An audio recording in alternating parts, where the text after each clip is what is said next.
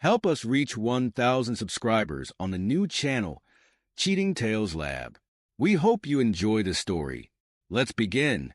James Kavanaugh's fingers drummed an impatient rhythm on the armrest as his flight descended into Dulles International Airport. He wasn't supposed to be here, not yet. The tech conference in Tokyo had another 3 days to run, but that text message on Victoria's phone, it gnawed at him, an itch he couldn't scratch. Meeting confirmed for 2 a.m. You know where. He'd seen it by chance, a notification popping up while Victoria was in the shower. Work-related, she'd said when he'd asked. But at 2 a.m., something didn't add up. As James collected his luggage and hailed a taxi, his mind raced through possibilities. Was he overreacting, letting his imagination run wild? But years of coding had honed his ability to spot patterns, to sense when something was off. And this felt very off indeed. The cab pulled up to their house, a sleek, modern structure that James had painstakingly outfitted with the latest smart home technology. He paid the driver and stood for a moment, taking in the familiar facade. Everything looked normal, peaceful, even, but as he approached the front door, the hairs on the back of his neck stood up. Silence. That was what hit him first as he stepped inside. No cheerful greeting from Alexa, nowhere of the Roomba making its rounds. James had programmed the house to come alive when either of them returned home.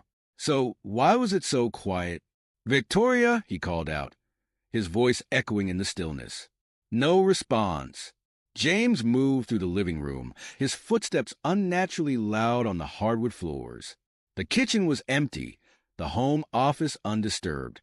He was about to head upstairs when he heard it. A faint splash, followed by a low murmur of voices. His heart pounding, James ascended the stairs, each step measured and silent. The master bedroom door was ajar, a sliver of light spilling out into the hallway. Another splash, a soft giggle. James pushed the door open. Through the steam billowing from the ensuite bathroom, he saw them.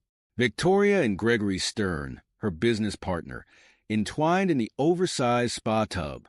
Her head was thrown back, exposing the elegant line of her throat.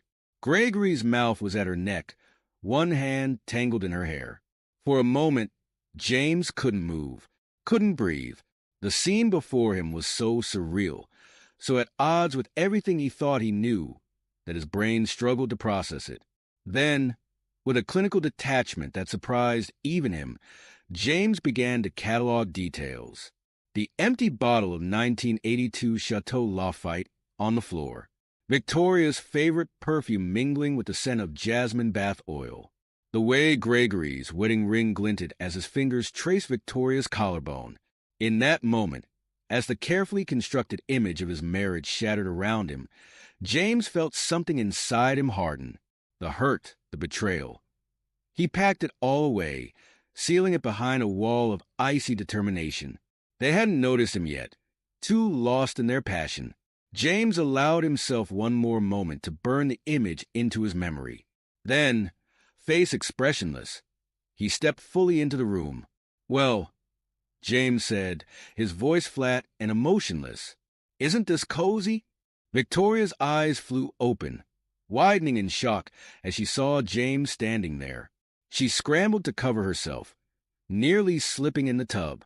"James, you're home early." Gregory, to his credit, didn't try to pretend this was anything other than what it was. He met James's gaze, a hint of a smirk playing at the corners of his mouth. "Come to join the party, Jimmy." James said nothing, his silence more unnerving than any shouting could have been. He simply stood there, taking in the scene with cold, calculating eyes. Victoria, recovering from her initial shock, tried a different tack. Her voice took on a mocking tone, eyes narrowing. "What's the matter, James? Nothing to say? God, you're so boring, so predictable. No wonder I had to find excitement elsewhere." "You should thank us, really," Gregory chimed in, his smugness palpable. "We've livened up your dull little life." Still, James remained silent. His lack of reaction seemed to unsettle them both. They had clearly expected an emotional outburst, tears, rage. Anything but this icy calm.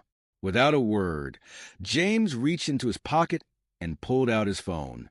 With a few quick taps, he activated an app he'd installed months ago, just in case, just to be prepared. The bathroom's hidden cameras whirred to life, streaming the scene before him to a secure server. "What are you doing?"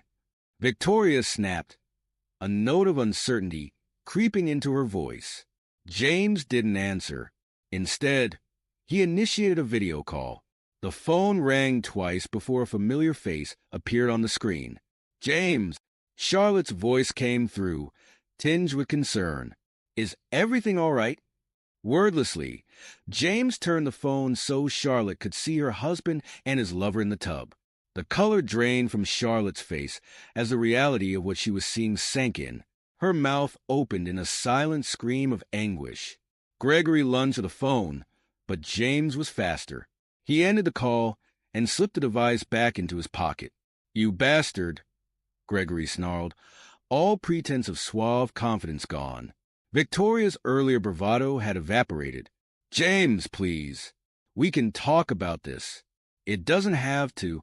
James cut her off with a look, his eyes cold and hard. Without another word, he turned and walked out of the bathroom, leaving Victoria and Gregory to stew in the wreckage of their exposed affair. James moved through the house with mechanical precision, gathering his essential belongings. Clothes, toiletries, important documents, all went into a suitcase with methodical efficiency. His mind was clear, focused solely on the task at hand. He could hear Victoria calling his name, her voice growing more frantic with each repetition. The sound of bare feet slapping against hardwood told him she was following him from room to room. "James, please," she begged, her earlier mockery replaced by desperation. "Let me explain. It was a mistake. It didn't mean anything." James continued packing, not sparing her a glance. "There's nothing to explain. We can work this out," Victoria insisted, grabbing his arm. "I love you. We can get past this." James shook off her grip, his voice devoid of any warmth or emotion. "I'm filing for divorce. You have until the end of the day to leave the house." Victoria's face crumpled. No, you can't. Where am I supposed to go?" "I don't care," James replied, zipping up his suitcase.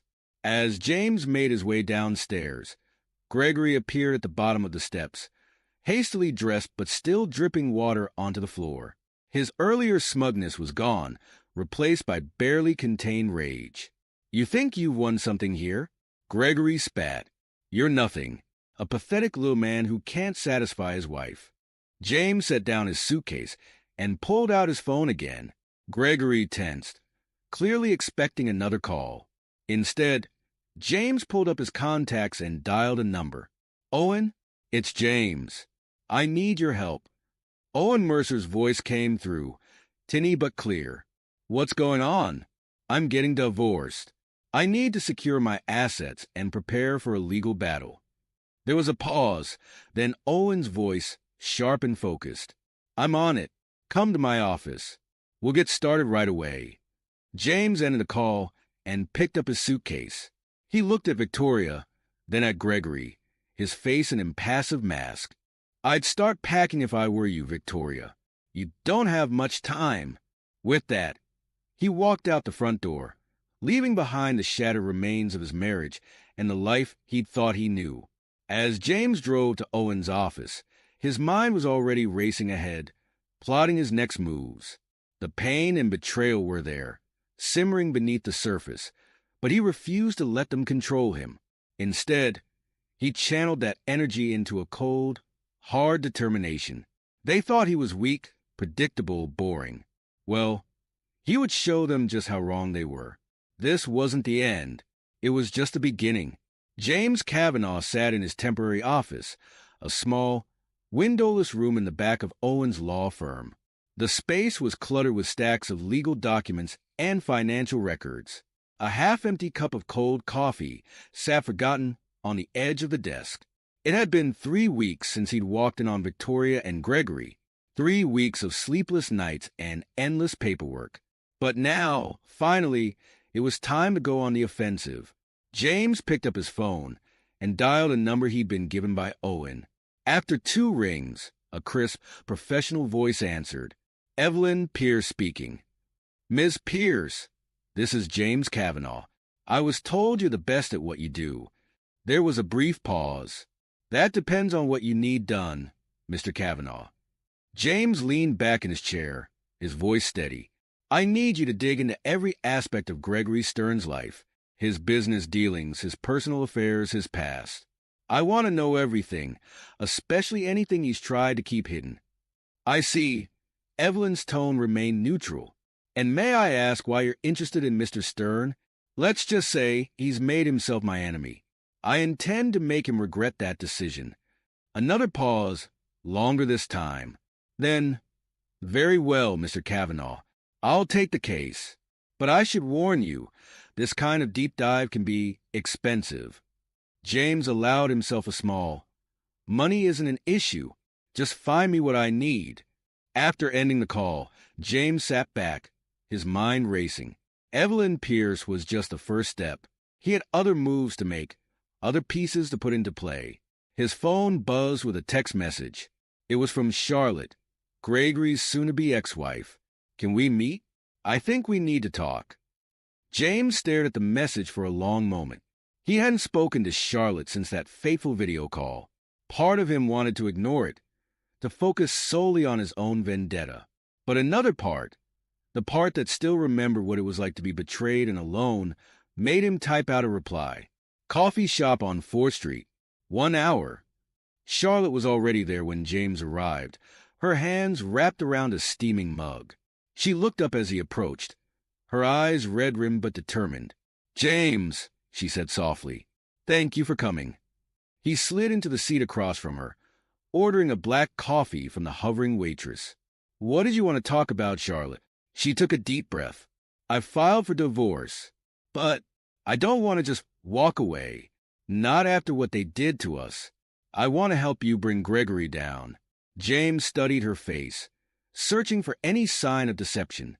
Finding none, he nodded slowly. All right, what did you have in mind? Charlotte leaned forward, her voice low and intense. I've been Gregory's wife for 15 years. I know things, James. Things about his business practices, his clients, his indiscretions. I think, together, we might be able to do some real damage. A spark of interest lit in James's eyes. Tell me more. For the next hour, Charlotte laid out everything she knew about Gregory's less-than-ethical business dealings. By the time they finished, James had pages of notes and a growing sense of anticipation. As they stood to leave, Charlotte caught James's arm. There's one more thing, she said, her voice trembling slightly. I found some old financial records in Gregory's home office.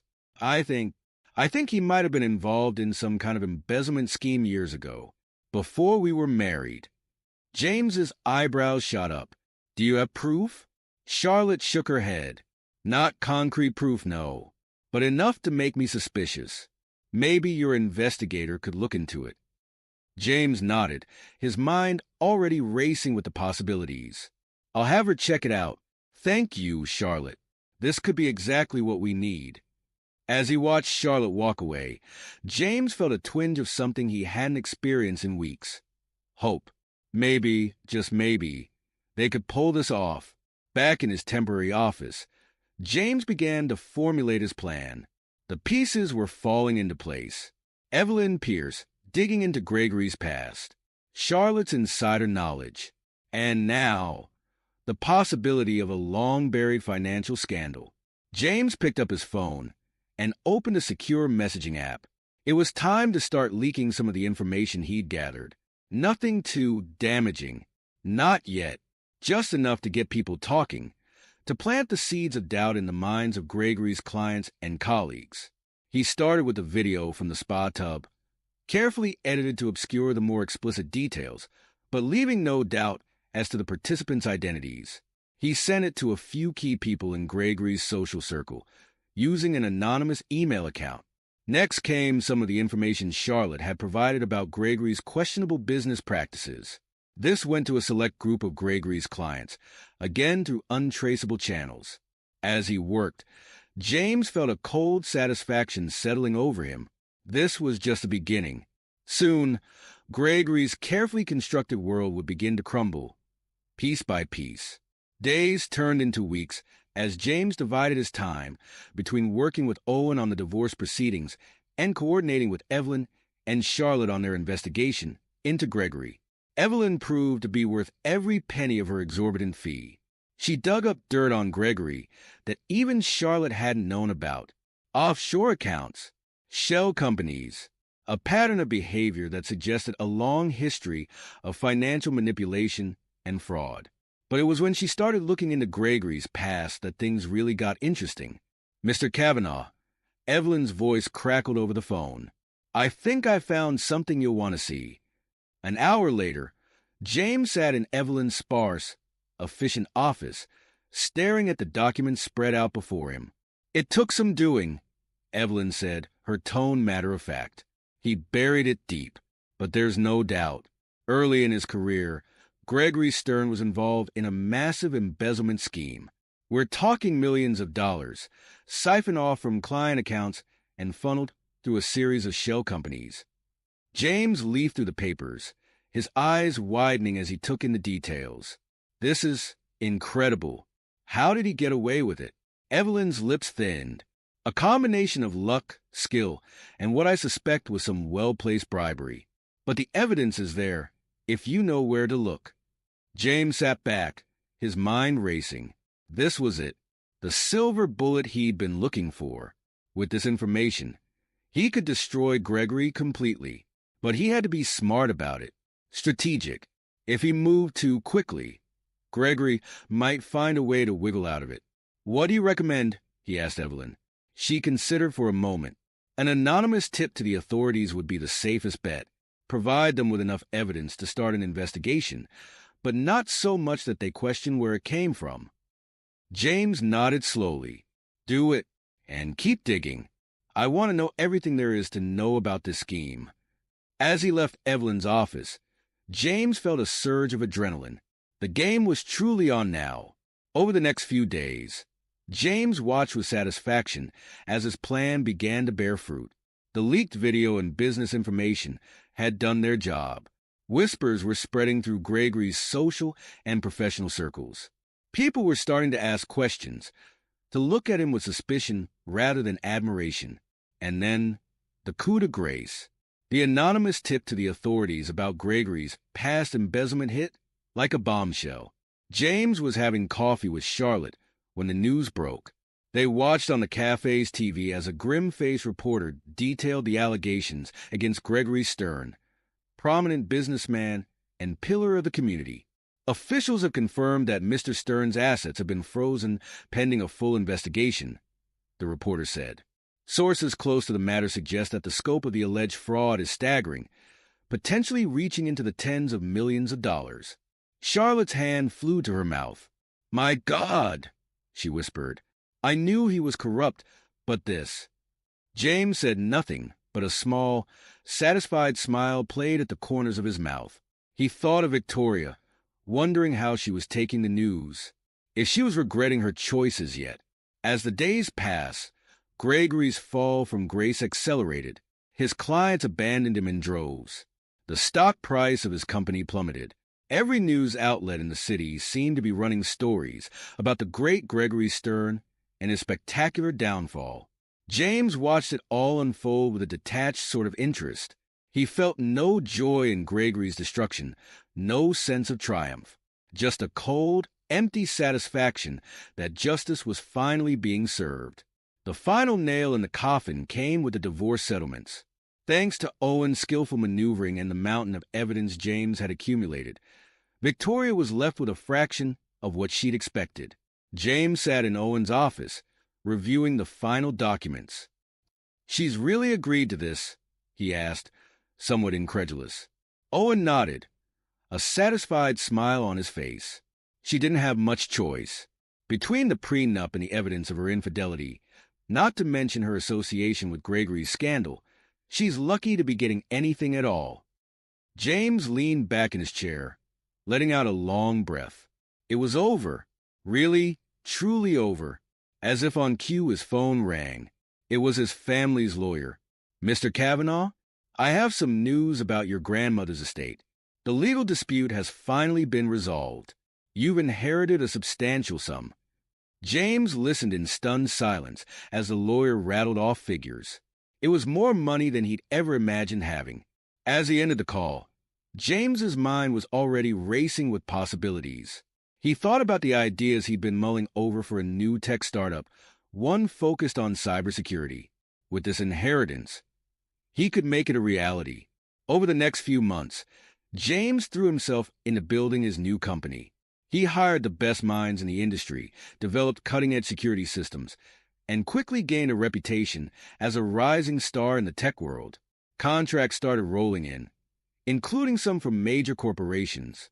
James found himself working long hours, but for the first time in a long time, he felt truly alive. He was building something meaningful, something that could help protect others from the kind of digital vulnerabilities he'd exploited in his revenge against Gregory. As his business thrived, James couldn't help but reflect on the journey that had brought him here. The pain of betrayal had been transformed into a driving force, propelling him to heights he'd never imagined possible. And Victoria? Last he'd heard, she was struggling to maintain even a shadow of her former lifestyle. The modest apartment she now called home was a far cry from the luxurious house they'd once shared. James Kavanaugh stood across the street from a modest apartment building, his eyes fixed on a particular window on the third floor. Behind that window lived Victoria, his ex-wife, now struggling to maintain even a semblance of her former lifestyle. But James wasn't here to reminisce or gloat. He was here on business. "So, this is the place?" asked the realtor standing beside him. James nodded. "Yes, I'll take it. But I don't want to buy. Let's discuss a long-term lease." The realtor looked confused. "A lease? But, sir, with your resources, surely purchasing would be more." "A lease," James repeated firmly. "And I'll need some renovations done. Specifically, I want the entire street-facing wall converted into a high-tech, interactive display." The realtor's eyes widened as James outlined his plans. When he finished, she stammered, "Mr. Kavanaugh, it seems rather unusual." James allowed himself a small, cold smile. "Let's get the paperwork started." Over the next few weeks, the building across from Victoria's apartment underwent a dramatic transformation. The entire facade was converted into a massive, state-of-the-art digital billboard. But this was no ordinary advertisement space. Every week, the display changed, each iteration more personal and damning than the last. One week, it played carefully edited clips from the spa tub surveillance video on a loop. The next, it displayed blown-up text messages between Victoria and Gregory, their betrayal laid bare for all to see. As time went on, the content became even more specific. Snippets from the divorce proceedings, bank statements showing Victoria's dwindling finances. Each display was a stark reminder of her fall from grace, impossible to ignore every time she left her apartment. From his office across town, James monitored the billboard impact through discreet cameras. He watched as Victoria's composure crumbled day by day. She started leaving her apartment less and less, clearly rattled by the constant, evolving reminder of her mistakes. The billboard became the talk of the neighborhood. Passers-by would stop and stare, pointing and whispering. Victoria's attempts to have it removed all failed. James had ensured every legal base was covered. As weeks turned into months, James observed the toll his psychological warfare was taking. Victoria's once vibrant social life withered away. Friends stopped visiting. She lost weight, her appearance growing haggard and unkempt on the rare occasions she ventured outside. James felt no joy in watching her suffer, no sense of triumph or satisfaction. This wasn't about happiness for him. It was about justice, cold and unrelenting. While the billboard continued its relentless assault on Victoria's psyche, James focused on expanding his business empire. His cybersecurity startup had taken off beyond his wildest expectations, securing contracts with major corporations and government agencies. It was at a tech conference in San Francisco that James met Emily Hawthorne. She was presenting a keynote on global scaling strategies for tech startups, and her insights immediately caught James's attention. After her talk, James approached her. "Ms. Hawthorne, James Kavanaugh, I found your presentation fascinating." Emily smiled, her brown eyes warm and intelligent. "Mr. Kavanaugh, I've heard a lot about your work in cybersecurity. It's impressive how quickly you've established yourself in the field." They fell into an easy conversation, discussing industry trends and sharing experiences. James found himself drawn to Emily's sharp mind and grounded perspective. She had a way of cutting through the noise and getting to the heart of complex issues. As the conference progressed, James and Emily spent more time together. They attended sessions, debated new technologies, and shared late-night conversations over coffee. James found himself opening up to her in a way he hadn't with anyone in years. "You've been through a lot," Emily said one evening after James had shared some of his past. "But look at what you've built from it. That's truly remarkable, James." Her words stayed with him, sparking a realization. He had focused so much on his revenge, on tearing down those who had wronged him, that he neglected to fully appreciate what he'd created in the process. Inspired by this new perspective, James began to shift his focus. He started mentoring young entrepreneurs, sharing his experiences and insights. He hosted workshops and seminars, becoming a respected figure not just in the tech community, but in his local area as well. As his public profile grew, so did his relationship with Emily. They began dating, their shared experiences in the tech world providing a strong foundation. Emily's empathy and emotional intelligence balanced James's more analytical approach, helping him process the lingering pain from his past betrayal. Meanwhile, across town, Charlotte was undergoing her own transformation. Inspired by James's resilience and success, she channeled her pain into advocacy. She established a foundation to support women navigating the legal and emotional challenges of divorce, especially in cases involving betrayal. "I want to help others find the strength I found," Charlotte told James over lunch one day, "to show them that there's life after betrayal, that they can rebuild and thrive." James nodded, a sense of pride washing over him. They had both come so far from those dark days of discovery and heartbreak. Just as James was settling into his new life, balancing his thriving business with his mentorship programs and his deepening relationship with Emily, a new threat emerged. It started with a series of minor security breaches in his company's systems. At first, James dismissed them as routine hacking attempts. But as the attacks grew more sophisticated and targeted, a pattern emerged. "It's Gregory," James told Emily one night, his voice tight with tension. "He's trying to take down my business." Emily's brow furrowed with concern. "I thought he was still dealing with legal troubles." James nodded. "He is. But this reeks of desperation. It's his last attempt to strike back at me." But James had anticipated this move. In the years since his divorce, he had poured his expertise into developing state-of-the-art cybersecurity measures. His company's defenses were virtually impenetrable. As Gregory's attacks intensified, James and his team worked tirelessly to repel them. Not only did they successfully defend against every incursion, but they also managed to trace the attacks back to their source. With the evidence in hand, James didn't hesitate.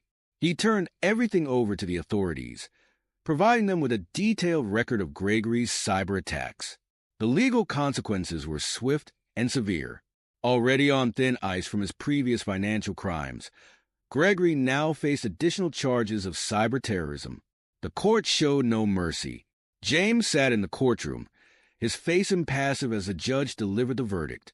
Gregory Stern, once a titan of industry, was sentenced to a significant prison term for his crimes. As Gregory was led away in handcuffs, his eyes met James's for a brief moment. In that look, James saw the final crumbling of the man who had once seemed so powerful, so untouchable. Outside the courthouse, Emily took James's hand. "It's over," she said softly. "Really over this time." James nodded, feeling a weight lift from his shoulders. Yes, it is. As they walked away from the courthouse, James reflected on the journey that had brought him to this point. The betrayal, the pain, the cold fury that had driven him for so long. It all seemed distant now, like a story that had happened to someone else.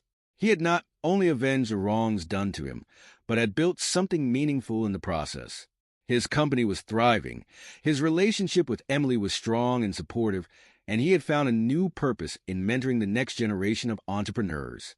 James squeezed Emily's hand, a genuine smile spreading across his face.